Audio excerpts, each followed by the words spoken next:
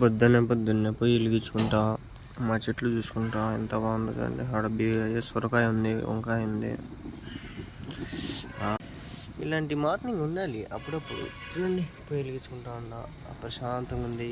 ఇది మా పక్కన ఇల్లు, ఇది మా ఇల్లు. ఈ పక్క మా నాయన స్నానం చేసినాడు. స్నానాలు చేయాలి, డైలీ చేయాలి. శుక్రవారం ఈరోజు డైలీ చేద్దాం. నేను పొయ్యి వెలిగిస్తా. ఇక్కడ చూడండి చెట్లో పక్షులు ఉండే గుడ్లు పెట్టుకొని పాపము వానికి దానికి వెళ్ళిపోయి చచ్చిపోయినాయి.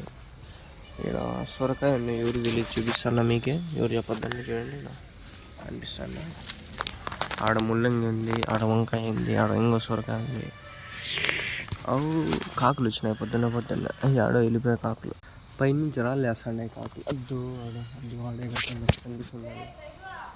అబ్బాబ్బాబ్బా దొంగ కాకు పగబడతాయంట కాకులు. నిజమేనా? మీకు తెలిస్తే కామెంట్ చేయండి, చూద్దాము. నాకు తెలియదు.